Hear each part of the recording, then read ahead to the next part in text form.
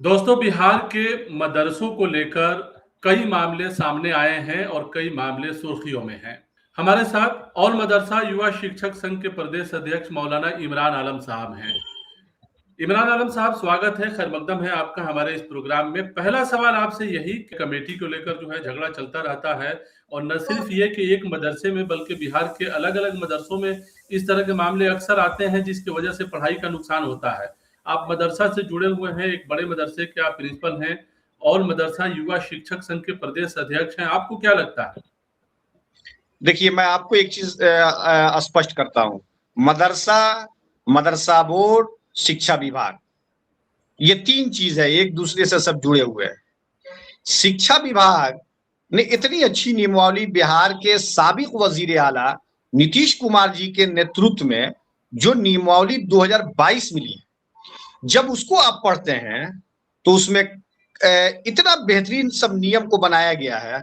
ठीक है, कुछ कमियां होंगी तो लोग उसको कहेंगे तो सुधार बिहार के वजीर आला करेंगे, लेकिन साबिक वजीर आला ने जो नियमावली दी हमें, उस नियमावली के तहत वर्क करने की जिम्मेदारी बोर्ड की भी है, और मदरसे के प्रिंसिपल हजरात या मदरसे के इंचार्ज प्रिंसिपल, जो लोग भी उस पद पे रन करेंगे, उनकी जिम्मेदारी बनती है कि पारदर्शिता के साथ हम वर्क करें।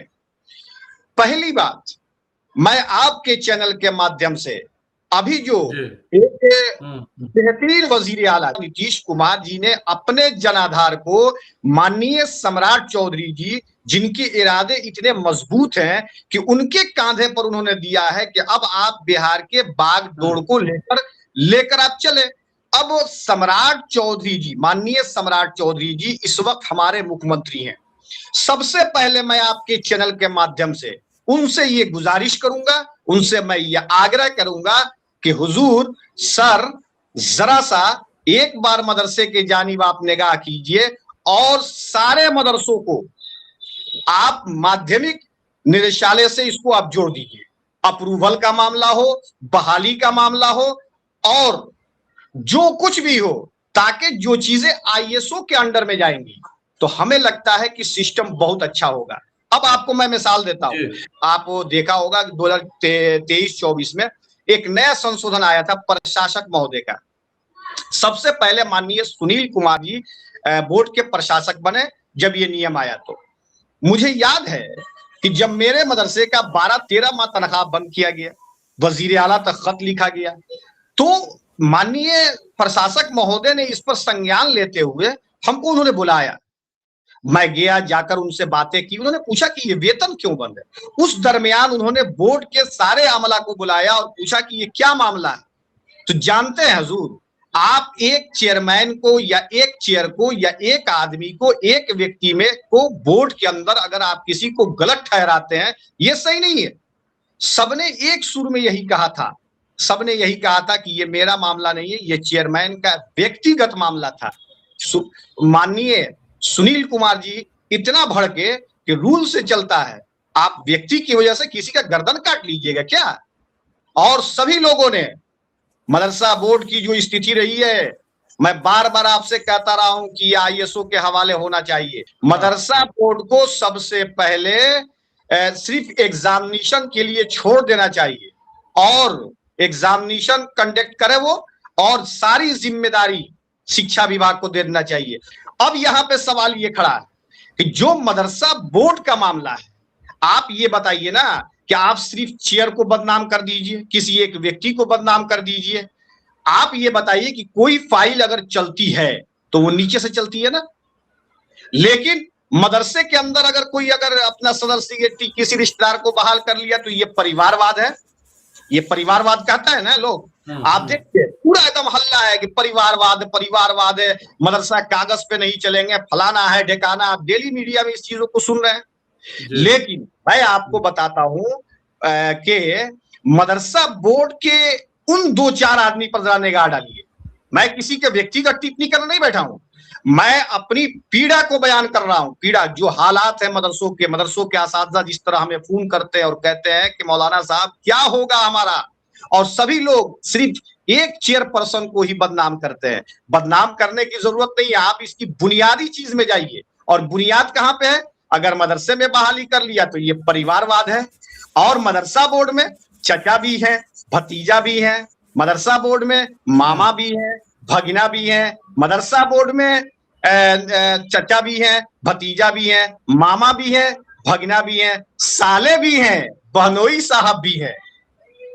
और मदरसा बोर्ड में ऑपरेटर हैं, क्लर्क का काम करते हैं, जिसे कहते हैं पारदर्शितावाद।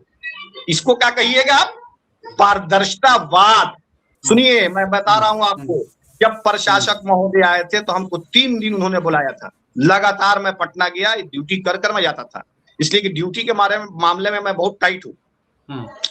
उस वक्त हाफ टाइम मदरसा चलता था। मैं 11 बजे निकलता था पटना, यहां से 12 बजे निकलता था और 3 बजे उनके पास होता था। उन्होंने कहा कि हमको एक रूल बताइए। मैं कहा सर, काउंटर साइन के लिए 15,000 20,000 मदरसा बोर्ड में लोग मांगते हैं, तब काउंटर साइन होता है। उन्होंने कहा ये कोई रूल है? तो मैंने उनको एक लेटर दिया, और लेटर जब 36 उनको दिया, और निदेशक की वो चिट्ठी थी, माननीय निदेशक ने उस चिट्ठी को निकाला था जब 226 मदरसे को ग्रांट में लाया गया था कि प्रधान मौलवी के हस्ताक्षर से ही जिला शिक्षा पदाधिकारी को वेतन के लिए विपत्र भेजा जाएगा। उन्होंने फौरन संज्ञान लेते हुए पूरे जिला के लोगों को ये कह दिया कि जहां भी कमेटी में विवाद है, जहां कमेटी नहीं है, वहां फौरन आप लेटर निकालिए और प्रखंड शिक्षा पदाधिकारी के हस्ताक्षर से। हजरत, एक सवाल यहाँ ये है कि मदरसा बोर्ड भी इस बात को मानता है कि कमेटी का झगड़ा है, मैनेजमेंट कमेटी के वजह से जो है प्रॉब्लम है। मदरसा बोर्ड ये कहता रहा है कि कमेटियों का मसला हल होना चाहिए, तभी जो है कहीं ना कहीं सुधार की गुंजाइश निकल सकती है, जिसकी तरफ आप इशारा भी कर रहे हैं। करने की क्या जरूरत है? मदरसे के लोग काफी परेशान हैं। अरे हजूर, सबसे पहले जो व्यक्ति, माननीय सचिव महोदय से पूछिए ना कि आप 6 साल 5 साल आप ही कभी सेक्रेटरी, प्रभारी सेक्रेटरी भी हैं, कभी आप प्रभारी इंचार्ज चेयरमैन हो जाते हैं, आखिर इस चेयर से कितनी मोहब्बत है? वो जो 2-4 आदमी चेयरमैन साहब को हमारे बदनाम करने की साजिश करते हैं। फाइल तो नीचे से लिख के आती है ना, गलत हो चाहे सही, लिख के वो नीचे से लाते हैं। चेयरमैन साहब तो पूरे बिहार की बात करते हैं ना, पूरे बिहार को देख रहे हैं, कहां गड़बड़ी हो रही इसको देखते हैं, उसको वो संज्ञान में लेते हैं। लेकिन इन लोग समझा देते हैं कि अरे हुजूर नहीं, ऐसे नहीं, ऐसे हो जाएगा। आप ये जान लीजिए कि मदरसा बोर्ड के जरिए जितना कमेटियों का झगड़ा बना के रखा गया है। कल एक खबर चल रही थी, आप देखिए कि प्रिंसिपल को पता नहीं है उस मदरसे में बहाली हो रही है, प्रिंसिपल को पता नहीं है कमेटी के को जो है सारी कमेटी का अप्रूवल मिल रहा है। ये सोचने की बात है। और माननीय सम्राट चौधरी जी इस मिशन के साथ चले हैं कि देश के प्रधानमंत्री एक सशक्त प्रधानमंत्री है, एक टाइट प्रधानमंत्री है, कठोर फैसले के लिए जाने जाते हैं। तो सबसे पहले एक बार मदरसा बोर्ड का जांच तनी बढ़िया से पहले करा दीजिए ना। जब मदरसा बोर्ड ही ठीक हो जाएगा तो सारा सिस्टम ठीक हो जाएगा। मैं तो लॉ ऑफ मदरसा एजुकेशन और नियमावली 396 आप आइएगा, मेरे कार्यालय में होता है। आप खुद सर्वे कीजिए ना, आपको मैं 40 मदरसे का नाम देता हूं। आप उन मदरसों की ग्राउंड रिपोर्ट आप कीजिए और वहां के प्रधान अध्यापक या इंचार्ज प्रधान अध्यापक, उनसे आप पूछिए कि आपको ये पता है, ये अभिलेख आपके कार्यालय में है? मैं ये दावे के साथ कहता हूं कि 90-95% वैसे मदरसे हैं जहां अभिलेख नहीं है, लोग लेकर चले गए। तो जो इसमें मुन्ना भाई लोग हैं, बड़े सिंडिकेट हैं, इनको पकड़ने की जरूरत है ताकि मदरसों के अंदर पारदर्शिता आ सके। टीचर क्या मसला है? अभी टीचर बहाली का जो मसला है, मदरसा बोर्ड मान रहा है कि 100+ ऐसे मदरसे हैं जहां टीचरों की कमी है, बहाली का मसला लटका हुआ है। तो ऑल मदरसा युवा शिक्षक संघ की तरफ से जो है, आप इस सिलसिले में क्या कहेंगे? मैं आपको बता दूं, आपने बहुत अच्छा ये सवाल रखा है कि बहाली के लिए माननीय सम्राट चौधरी, नीतीश कुमार जी हमेशा मदरसों को लेकर सेंसिटिव रहे हैं कि मदरसों का काम हो, मदरसों का विकास हो, मदरसों में बेहतरी आ सके। लेकिन एक बात बताइए कि करेगा कौन? यही ना सवाल पैदा होता है कि भाई ये करेगा कौन? तो मदरसों में बहाली उस वक्त तक नहीं हो सकती है जब तक के बोर्ड का स्कैनिंग ना हो जाए। जिस दिन बोर्ड का स्कैनिंग हो गया और ये मदरसों की बहाली को उठाकर माध्यमिक, जैसे माइटी में बहाली होती है ना, आप उस तरह मदरसों को लेके जाइए, सारा सिस्टम ठीक हो जाएगा। आप बताइए कि पोर्टल बन गया, ठीक है, जैसा कि हमारे माननीय चेयरमैन महोदय ने आपको ऐलान भी किया कि हमारा पोर्टल बन गया, हमने ये किया है, अच्छी बात है, वो तो काम कर रहे हैं ना। तो जो व्यक्ति काम करता है वो अपनी बातों को बता रहे हैं, लेकिन ये वेबसाइट हर मदरसे का होगा और उस पे अप्लाई करने का डेट होगा, और सक्षम पदाधिकार अगर प्रबंध समिति है तो सक्षम पदाधिकार का सक्षम पदाधिकारी मदरसे का प्रिंसिपल या इंचार्ज प्रधान मौलवी होता है। आप बताइए कि ये मसला हल कैसे होगा? क्या लगता है आपको कि टीचर की बहाली का मसला कैसे हल होगा? हम मुख्तसर में जवाब चाहेंगे आपसे। देखिए, सबसे पहले मदरसा को आईएसओ के हवाले आप करा दीजिए। मैं बिहार के वजीर आला सम्राट चौधरी जी युवा है और युवाओं की ये मांग है, पूरे युवा उनके साथ है और रहेंगे। इसलिए रहेंगे कि जब नियम के अनुसार काम होगा, रूल से काम होगा, तो ये जान लीजिए कि ये परिवारवाद सिर्फ मदरसे में नहीं है। वहां देखिए ना कि जो आदमी 7 साल से 5 साल से मदरसा बोर्ड में रिटायर हो के क्या कर रहा है भाई रोड, आप उससे पूछिए ना।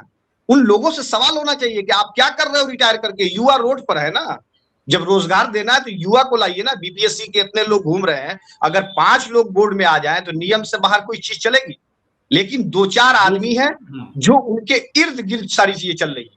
और ये जांच का विषय है, जांच होना चाहिए इस पर। और बिहार के मुख्यमंत्री माननीय सम्राट चौधरी जी भ्रष्टाचार और जीरो टॉलरेंस को लेकर चले हैं, और इंशाअल्लाह मुझे यकीन है कि जो अभी बकरीद का वक्त है और मदरसे के शिक्षकों को तनख्वाह नहीं मिली है, वो जरूर इंशाअल्लाह तनख्वाह की अदायगी भी कराएंगे और मदरसों के सारे मामले को धीरे धीरे वो हल करेंगे।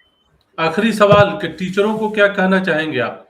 शिक्षक को, मदरसा शिक्षक को क्या कहना चाहेंगे जो कई मामलों को लेकर काफी परेशान है? मदरसा के शिक्षकों से मैं ये अपील करना चाहता हूं, बिलखुसूस वहां के इंचार्ज हेड मौलवी हो या हेड मौलवी हो, कि आप रूल से चलिए। आपको कोई डिस्टर्ब करता है, आप कानूनन उसको आगे बढ़िए। और जो लोग भी ऐसा करते हैं, सीएम साहब ने तो कितना अच्छा पोर्टल बना दिया कि आप शिकायत कीजिए ना, 10 दिन 20 दिन में सुनवाई करेंगे और कार्रवाई करेंगे। चलिए, बहुत शुक्रिया हमसे बात करने का। तो ये थे मौलाना इमरान आलम साहब, मदरसा और मदरसा युवा शिक्षक संघ के प्रदेश अध्यक्ष हैं, जिनका कहना है कि मदरसे के लोगों को संजीदगी के साथ उस पॉलिसी पर अमल करना चाहिए जो पॉलिसी मदरसे के लिए बनाई गई है, ताकि मदरसा सिस्टम जो है बेहतर हो सके, पढ़ाई का मयार अच्छा हो सके और टीचरों का मसला हल हो सके। बहरहाल इस प्रोग्राम में इतना ही। हमें दीजिए इजाजत। शुक्रिया।